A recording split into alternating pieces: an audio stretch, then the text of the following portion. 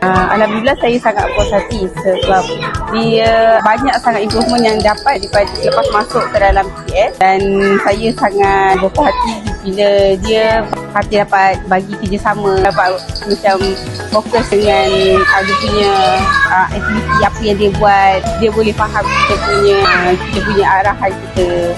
Saya macam dia ni sangat membantu kat dia sebenarnya.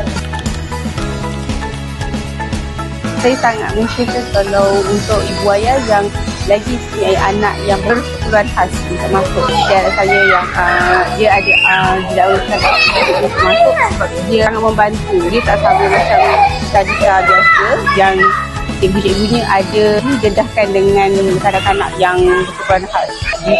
Dia boleh bila saya dapat bagi kawan-kawan yang sama macam anak saya Fatih, saya boleh katakan yang memang TBS ada antara yang sekolah yang baik lah.